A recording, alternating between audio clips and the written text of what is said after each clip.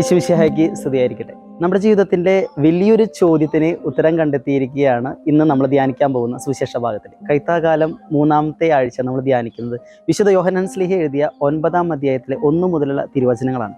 അവൻ കടന്നു പോകുമ്പോൾ ശിഷ്യന്മാർ ഈശോയോട് ചോദിച്ചു, ഇവൻ ജന്മന അന്ധനായിരിക്കുന്നത് ഇവൻ്റെ മാതാപിതാക്കളുടെ കുറ്റം കൊണ്ടാണോ, പാപം കൊണ്ടാണോ? ഒരുപക്ഷെ നമ്മളൊക്കെ നമ്മുടെ ജീവിതത്തിൽ ചോദിക്കുന്ന ചോദ്യമാണ്. നമ്മുടെ കുടുംബത്തിലെ, നമ്മുടെ ജീവിതത്തിലെ ദുരിതങ്ങളും ശാപങ്ങളും നമ്മുടെ പൂർവികരിൽ നിന്നാണോ, നമ്മുടെ മാതാപിതാക്കളിൽ നിന്നാണോ, അത് വേറെ ആരെങ്കിലും ശപിച്ചത് കൊണ്ടാണോ? ഈശോ വചനത്തിൽ പറയുന്നു, അല്ല, ദൈവമഹത്വം അവനിൽ ദർശിക്കണമെന്നുള്ളതാണ് അവൻ്റെ ദൈവഹിതം.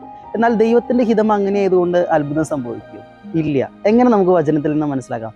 അവൻ മണ്ണിൽ തുപ്പി ചെളിയുണ്ടാക്കി അവൻ്റെ കണ്ണിൽ പുരട്ടി അവനോട് പറഞ്ഞു, നീ പോയി കഴുകി വരിക. ആ അന്ധൻ ഒരിക്കലും കർത്താവിനെ ചോദ്യം ചെയ്തില്ല, ഞാൻ എന്തിനു പോകണം, നീ ആരാണ്, നിനക്ക് എന്നെ കാഴ്ച തരാനായിട്ട് പറ്റുമോ ഒന്ന് ചോദ്യമൊന്നും അവിടെ ഇല്ല. അവൻ പോകുന്നു, കഴുകി തിരിച്ചു വരുന്നു, അവൻ കാഴ്ചയുള്ളവനായിട്ട് മാറുന്നു. തൻ്റെ കുറവുകൾ മനസ്സിലാക്കി വന്നവൻ ആരാണെന്ന് തിരിച്ചറിയാതെ തന്നെ അവൻ കർത്താവിനെ സമർപ്പിക്കുന്നുണ്ട്. എങ്ങനെ നമുക്ക് മനസ്സിലാക്കാം അന്ധൻ ഈശോയെ തിരിച്ചറിഞ്ഞില്ല എന്ന്? ഈശോയെക്കുറിച്ച് അവനോട് ചോദിക്കുന്നുണ്ട് ഫരിസയർ, നിന്നെ ആരാണ് സുഖപ്പെടുത്തിയത്? ആ അന്ധൻ പറയുന്നത്, യേശു എന്ന് പേരുള്ള ഒരാളെന്നെ സുഖപ്പെടുത്തിയെന്ന് പറഞ്ഞു. അവൻ ആരാണെന്ന് പോലും ആ അന്ധന് അറിയില്ല. ശേഷം സിനഗോഗിൽ നിന്ന് അന്ധനെ പുറത്താക്കിയെന്ന് ഈശോ അറിഞ്ഞപ്പോൾ സുവിശേഷത്തിൽ നമ്മൾ തുടർന്ന് വായിക്കുകയാണ്. ഈശോ അവനോട് ചോദിക്കുന്നുണ്ട്, മനുഷ്യപുത്രനിൽ നീ വിശ്വസിക്കുന്നുവോ? അവൻ്റെ തിരിച്ചുള്ള ചോദ്യം ഭയങ്കര രസമാണ്. ഞാൻ വിശ്വസിക്കേണ്ടതിന് കർത്താവ്, ഈ മനുഷ്യപുത്രൻ ആരാണ്? ഈശോ പറയാണ്, നിന്റെ മുൻപിൽ നിൽക്കുന്ന ഞാൻ തന്നെയാണ്. തന്നെ സുഖപ്പെടുത്തിയവൻ ദൈവമാണെന്ന് തിരിച്ചറിയുന്ന ആ നിമിഷം അന്ധൻ അവൻ്റെ കാലിൽ വീണ് സാഷ്ടാംഗം പ്രണമിച്ച് ആരാധിച്ചു എന്നതാണ് സുവിശേഷം അവസാനിക്കുന്നത്. ഒരു കാര്യം കൂടി പറഞ്ഞോട്ടെ, ശ്രീലോഹ എന്ന കുളത്തിലാണ് അവൻ പോയിട്ട് കണ്ണുകൾ കഴുകുന്നതും പ്രകാശമുള്ളവനായി കാഴ്ചയുള്ളവനായിട്ട് തിരിച്ചു വരുന്നത്.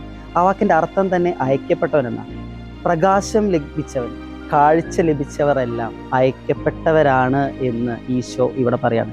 ലോകത്തിൻ്റെ പ്രകാശമായ ക്രിസ്തു പ്രകാശം നൽകി, കാഴ്ച നൽകി അവനെ അവിടെ സുഖപ്പെടുത്തുമ്പോൾ അവനും അയക്കപ്പെട്ടവനായി മാറുകയാണ്. നമ്മുടെ ജീവിതത്തിലെ ശാപങ്ങൾ, ദുരിതങ്ങൾ, പാപങ്ങൾ, കുറവുകൾ എല്ലാം ഇതൊന്നും പൂർവികരുടെയോ മാതാപിതാക്കളുടെ കുറ്റങ്ങളൊന്നുമല്ല. നമ്മൾ നമ്മുടെ ജീവിതത്തെ തമ്പുരാൻ്റെ കരങ്ങളിലേക്ക് കൊടുക്കുക. തമ്പുരാൻ എടുത്തുപയോഗിക്കുകയും അവൻ്റെ പ്രകാശം നമ്മളിലേക്ക് തരികയും ചെയ്യുന്നുണ്ട്. അത് സ്വീകരിക്കാൻ തയ്യാറായാൽ മതി. സ്വീകരിച്ചു കഴിഞ്ഞാൽ പ്രകാശിതരായ നമ്മൾ മറ്റുള്ളവരിലേക്ക് പ്രകാശം എത്തിക്കേണ്ട കടമ കൂടിയുണ്ട് എന്ന് ഓർമ്മിപ്പിച്ചു കൊള്ളട്ടെ. വചനം നമ്മളോട് പറയുന്നു, ലോകത്തിൻ്റെ പ്രകാശമായ ക്രിസ്തു നമ്മളെയും ലോകത്തിൻ്റെ പ്രകാശമാകുവാൻ, അനേകർക്ക് കാഴ്ച നൽകുവാനായിട്ട് നമ്മെ വിളിക്കുന്നു, നമ്മളെ ക്ഷണിക്കുന്നു. കർത്താവിൻ്റെ അനുഗ്രഹവും ആശീർവാദവും എപ്പോഴും നമ്മളോട് കൂടി ഉണ്ടായിരിക്കട്ടെ. നമ്മുടെ കർത്താവ് യേശുമിശിഹായുടെ കൃപയും പിതാവായ ദൈവത്തിൻ്റെ സ്നേഹവും പരിശുദ്ധാത്മാവിൻ്റെ സഹവാസവും വിശുദ്ധ കുരിശിൻ്റെ സംരക്ഷണവും നമ്മളെല്ലാവരോടും കൂടി ഉണ്ടായിരിക്കട്ടെ, ഇപ്പോഴും എപ്പോഴും എന്നേക്കും. ആമേൻ.